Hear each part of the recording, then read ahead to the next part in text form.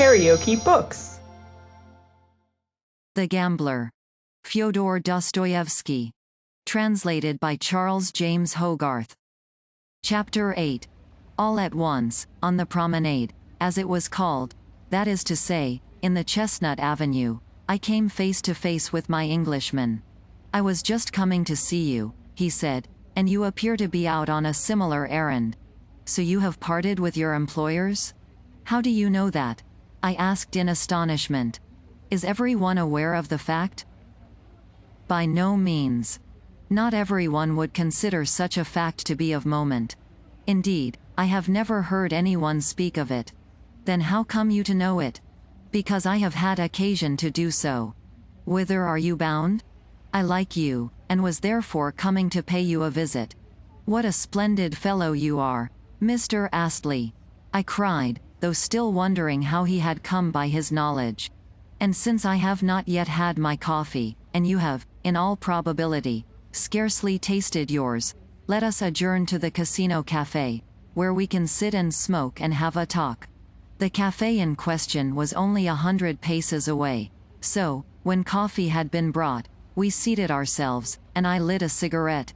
Astley was no smoker, but, taking a seat by my side, he prepared himself to listen. I do not intend to go away, was my first remark. I intend, on the contrary, to remain here. That I never doubted, he answered good-humoredly. It is a curious fact that, on my way to see him, I had never even thought of telling him of my love for Polina. In fact, I had purposely meant to avoid any mention of the subject.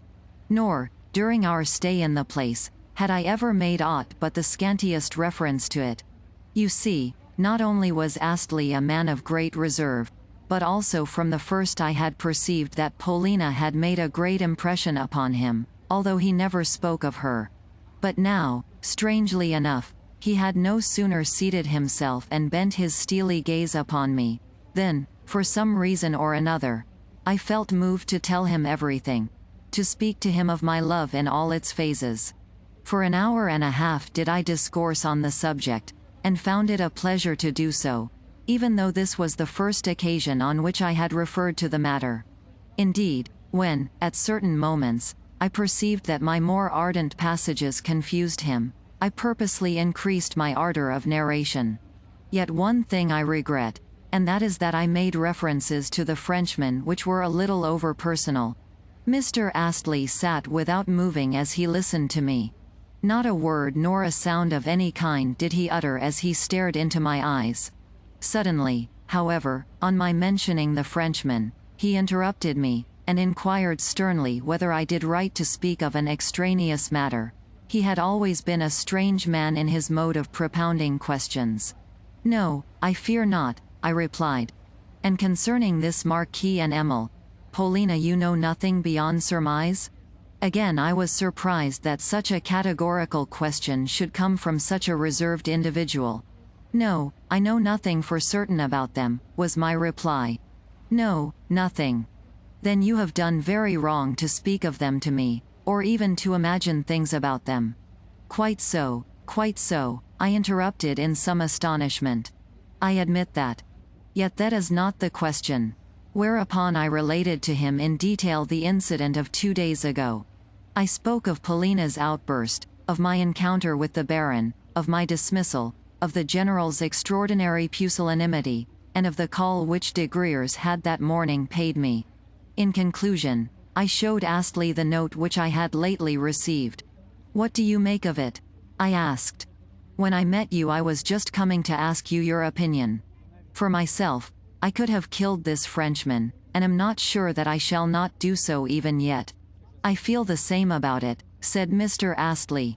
As for Emil, Polina, well, you yourself know that, if necessity drives, one enters into relation with people whom one simply detests.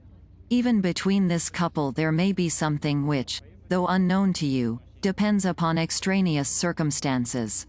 For my own part, I think that you may reassure yourself, or at all events partially. And as for Emil, Polina's proceedings of 2 days ago, they were, of course, strange. Not because she can have meant to get rid of you, or to earn for you a thrashing from the Baron's cudgel, which for some curious reason, he did not use, although he had it ready in his hands, but because such proceedings on the part of such, well, of such a refined lady as Paulina are, to say the least of it, unbecoming.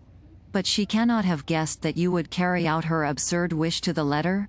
Do you know what? Suddenly I cried as I fixed Mr. Astley with my gaze. I believe that you have already heard the story from someone, very possibly from Paulina herself? In return he gave me an astonished stare. Your eyes look very fiery, he said with a return of his former calm, and in them I can read suspicion. Now, you have no right whatever to be suspicious. It is not a right which I can for a moment recognize, and I absolutely refuse to answer your questions. Enough. You need say no more, I cried with a strange emotion at my heart, yet not altogether understanding what had aroused that emotion in my breast. Indeed, when, where, and how could Paulina have chosen Astley to be one of her confidants? Of late I had come rather to overlook him in this connection, even though Paulina had always been a riddle to me, so much so that now, when I had just permitted myself to tell my friend of my infatuation in all its aspects, I had found myself struck, during the very telling, with the fact that in my relations with her I could specify nothing that was explicit, nothing that was positive. On the contrary, my relations had been purely fantastic, strange, and unreal. They had been unlike anything else that I could think of. Very well, I replied with a warmth equal to Astley's own. Then I stand confounded, and have no further opinions to offer. But you are a good fellow, and I am glad to know what you think about it all, even though I do not need your advice. Then, after a pause, I resumed. For instance, what reason should you assign for the general taking fright in this way? Why should my stupid clowning have led the world to elevate it into a serious incident? Even de Griers has found it necessary to put in his oar, and he only interferes on the most important occasions, and to visit me, and to address to me the most earnest supplications. Yes, he, de Griers, has actually been playing the suppliant to me. And, mark you, although he came to me as early as 9 o'clock, he had ready prepared in his hand Paulina's note. When, I would ask, was that note written? Paulina must have been aroused from sleep for the express purpose of writing it. At all events the circumstance shows that she is an absolute slave to the Frenchman, since she actually begs my pardon in the note, actually begs my pardon. Yet what is her personal concern in the matter? Why is she interested in it at all? Why, too, is the whole party so afraid of this precious Baron? And what sort of a business do you call it for the General to be going to marry Blanche de Comminges? He told me last night that, because of the circumstance, he must move with especial care at present. What is your opinion of it all? Your look convinces me that you know more about it than I do. Mr. Astley smiled and nodded. Yes, I think I do know more about it than you do, he assented. The affair centers around this Blanche. Of that I feel certain. And what of Blanche? I cried impatiently, for in me there had dawned a sudden hope that this would enable me to discover something about Paulina. Well, my belief is that at the present moment Blanche has, in very truth, a special reason for wishing to avoid any trouble with the Baron and the Baroness. It might lead not only to some unpleasantness, but even to a scandal. Oh. Also I may tell you that Blanche has been in Roulettenberg before, for she was staying here 3 seasons ago. I myself was in the place at the time, and in those days Blanche was not known as de Comminges, nor was her mother, the widow de Comminges, even in existence. In any case no one ever mentioned the latter. De Griers, too, had not materialized, and I am convinced that not only do the parties stand in no relation to one another, but also they have not long enjoyed one another's acquaintance. Likewise, the Marquisate de Griers is of recent creation. Of that I have reason to be sure, owing to a certain circumstance. Even the name de Griers itself may be taken to be a new invention, seeing that I have a friend who once met the said Marquis under a different name altogether. Yet he possesses a good circle of friends? Possibly. Emil. Blanche also may possess that. Yet it is not 3 years since she received from the local police, at the instance of the Baroness, an invitation to leave the town. And she left it. But why? Well, I must tell you that she first appeared here in company with an Italian. A prince of some sort, a man who bore an historic name, Barberini or something of the kind. The fellow was simply a mass of rings and diamonds, real diamonds, too, and the couple used to drive out in a marvelous carriage. At first Emil. Blanche played Trente et Quarante, with fair success, but, later, her luck took a marked change for the worse. I distinctly remember that in a single evening she lost an enormous sum. But worse was to ensue, for one fine morning her prince disappeared, horses, carriage, and all. Also, the hotel bill which he left unpaid was enormous. Upon this Emil. Zelma, the name which she assumed after figuring as Madame Barberini, was in despair. She shrieked and howled all over the hotel, and even tore her clothes in her frenzy. In the hotel there was staying also a Polish count. You must know that all traveling Poles are counts. And the spectacle of Emil. Zelma tearing her clothes and, cat-like, scratching her face with her beautiful, scented nails produced upon him a strong impression. So the pair had a talk together, and, by luncheon time, she was consoled. Indeed, that evening the couple entered the casino arm in arm. Emil. Zelma laughing loudly, according to her custom, and showing even more expansiveness in her manners than she had before shown.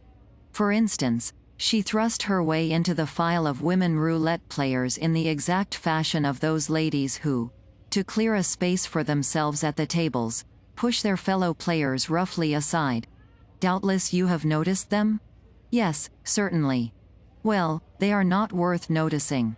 To the annoyance of the decent public they are allowed to remain here, at all events such of them as daily change 4,000-franc notes at the tables, though, as soon as ever these women cease to do so, they receive an invitation to depart. However, Emil. Zelma continued to change notes of this kind, but her play grew more and more unsuccessful, despite the fact that such ladies' luck is frequently good, for they have a surprising amount of cash at their disposal. Suddenly, the Count too disappeared, even as the prince had done, and that same evening Emil. Zelma was forced to appear in the casino alone. On this occasion no one offered her a greeting. 2 days later she had come to the end of her resources, whereupon, after staking and losing her last Louis d'or, she chanced to look around her, and saw standing by her side the Baron Bermergelm, who had been eyeing her with fixed disapproval. To his distaste, however, Emil. Paid no attention, but, turning to him with her well-known smile, requested him to stake, on her behalf, 10 louis on the red. Later that evening a complaint from the Baroness led the authorities to request Emil not to re-enter the casino. If you feel in any way surprised that I should know these petty and unedifying details, the reason is that I had them from a relative of mine who, later that evening, drove Emil. Zelma in his carriage from Roulettenberg to Spa. Now, mark you, Emil. Wants to become Madame General, in order that, in future, she may be spared the receipt of such invitations from casino authorities as she received 3 years ago. At present she is not playing, but that is only because, according to the signs, she is lending money to other players. Yes, that is a much more paying game. I even suspect that the unfortunate general is himself in her debt, as well as, perhaps, also de Griers. Or, it may be that the latter has entered into a partnership with her. Consequently you yourself will see that, until the marriage shall have been consummated, Emil. Would scarcely like to have the attention of the Baron and the Baroness drawn to herself. In short, to anyone in her position, a scandal would be most detrimental. You form a member of the ménage of these people. Wherefore, any act of yours might cause such a scandal. and the more so since daily she appears in public arm in arm with the general or with Emil. Polina. Now do you understand? No, I do not. I shouted as I banged my fist down upon the table. Banged it with such violence that a frightened waiter came running towards us.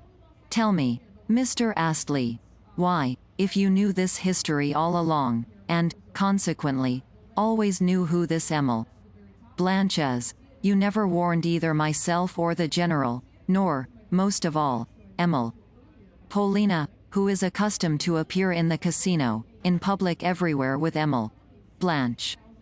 How could you do it? It would have done no good to warn you, he replied quietly, for the reason that you could have effected nothing. Against what was I to warn you? As likely as not, the general knows more about Emil Blanche even than I do. Yet the unhappy man still walks about with her and Emil Polina.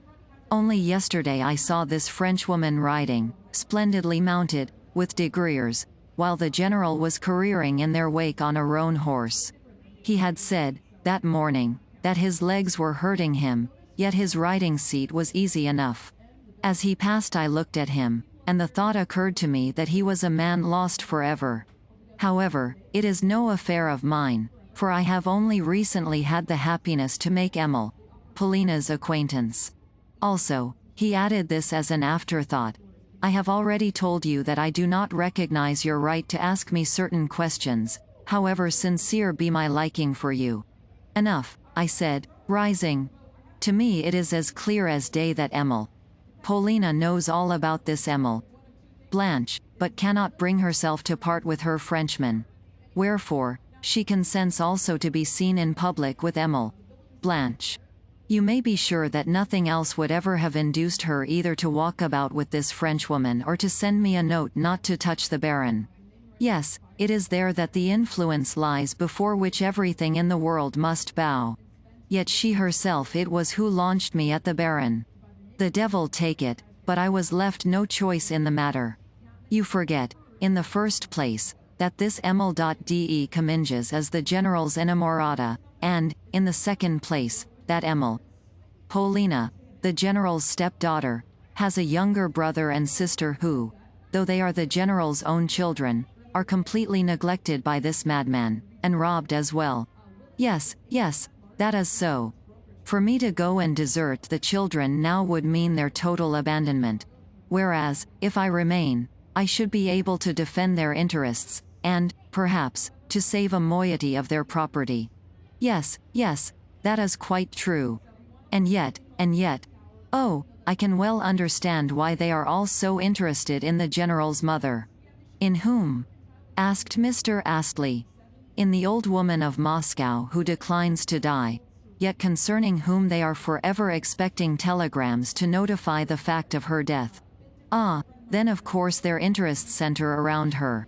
It is a question of succession. Let that but be settled, and the general will marry, Emil Polina will be set free, and Degriers. Yes, and Degriers? Will be repaid his money, which is what he is now waiting for. What? You think that he is waiting for that? I know of nothing else, asserted Mr. Astley doggedly. But, I do, I shouted in my fury. He is waiting also for the old woman's will, for the reason that it awards Emil Polina a dowry.